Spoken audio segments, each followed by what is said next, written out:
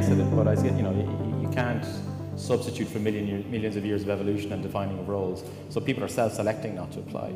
But you need to put in a little bit of context. Maybe two ways to look at it. First off, most businesses that are founded by people don't get venture capital. So we're talking about as a very, very small subset of all businesses. And so lots of businesses, as a result, that are founded without venture capital go on to be very successful, and lots of them fail. So there's the mass market of companies don't have VC involved.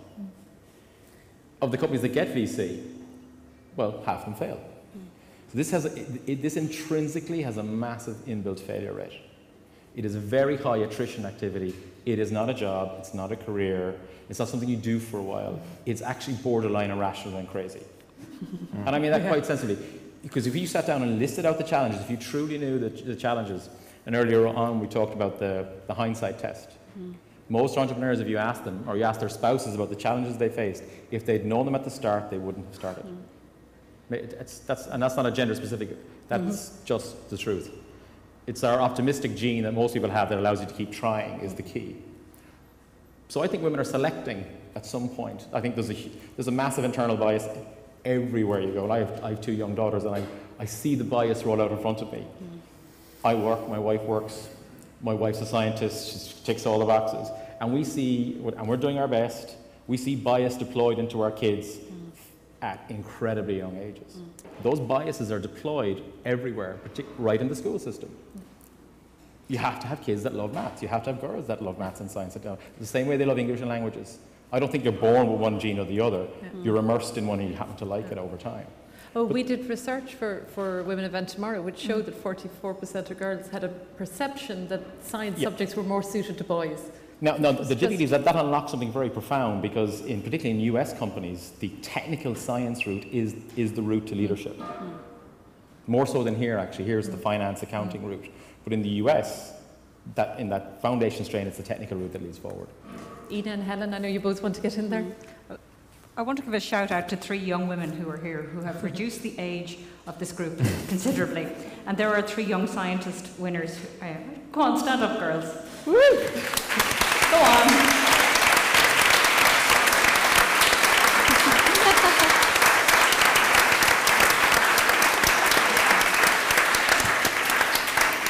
Our job here is to make this a place where they can think about going into business as being friendly and, not friendly, as being a good career. I'd like to come back that there are more women in retail is a success, not a problem. Yeah. Because for many of the businesses that are emerging between connected health and life science and IT, they're going to need those retailers. They're going to be co-founders in other businesses with techie partners or whatever. So I think wherever we find role models, let's enjoy it. Don't slam it.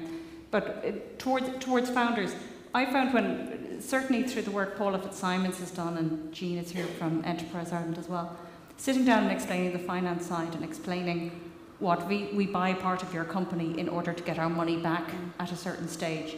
2 things come up in the discussion with some female founders. Control and not wanting to cede control, and I haven't heard that mentioned, because if you're going to put that amount of effort in, you don't necessarily want to share that control decision at the same time, and they fundamentally understand that we seek integrity.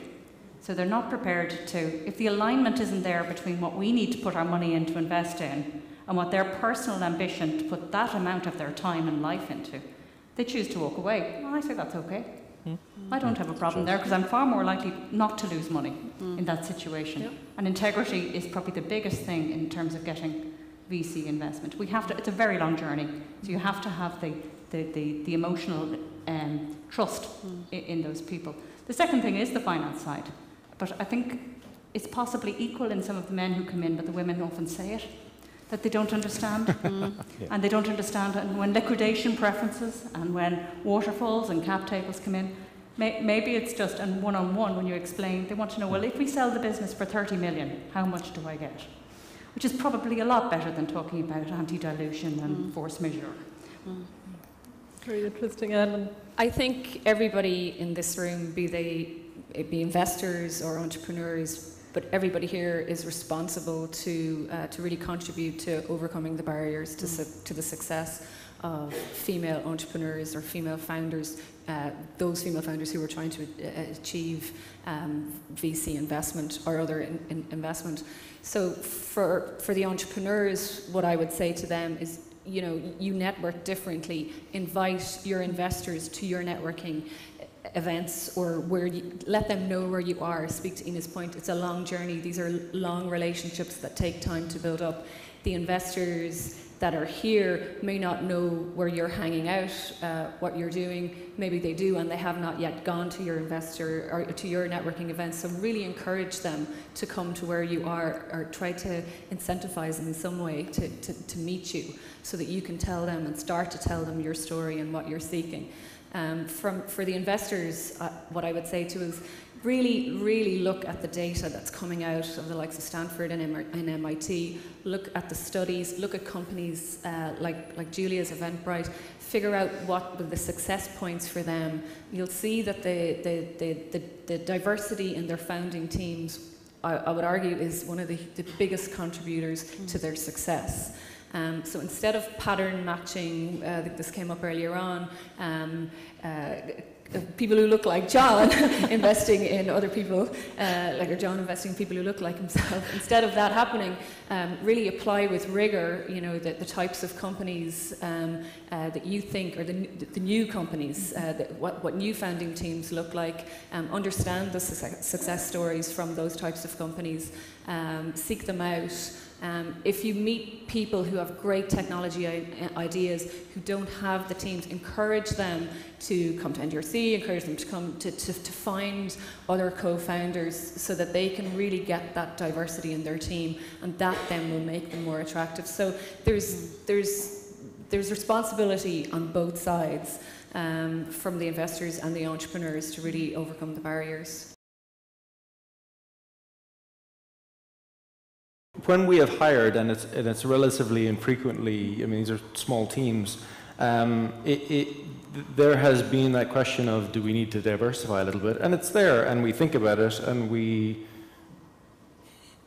don't set it as a rule, but we say, let's see what we get in the door, and it would be great to have somebody with a different perspective, and it's not happened for us in the last 2 or 3 rounds.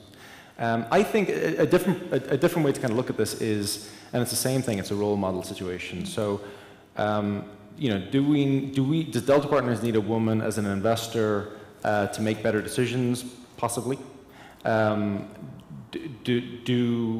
Do entrepreneurs need to see more women on the other side of the table negotiating with them? Yeah, I think so.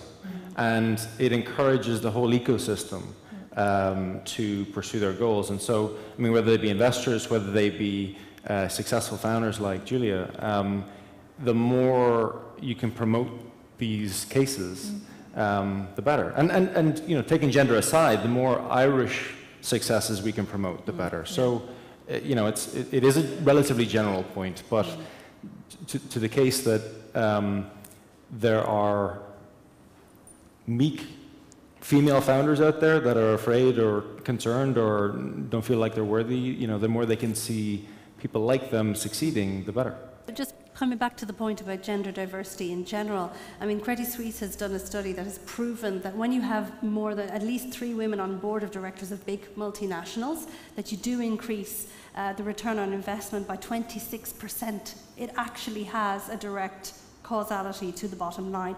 Why? Because there is a lot of brain science that says, you know, that book Men Are From Mars and Women From Venus, actually there is brain science that shows that we are wired differently. We know that in our daily lives, but the way we make decisions is different. The way we communicate with each other is different, and that's why all of this is about bringing us together. It's not about saying, oh, poor me, the women, well, look at how hard. That's not the message I'm giving. It's like, we have a long way to go, it's a great opportunity, and when we bring all of that, all of our competencies together, we can create something much better. And also, again, there's more research on teams from Stanford that says that mixed teams of men and women are much better at problem solving because we do look at things very differently.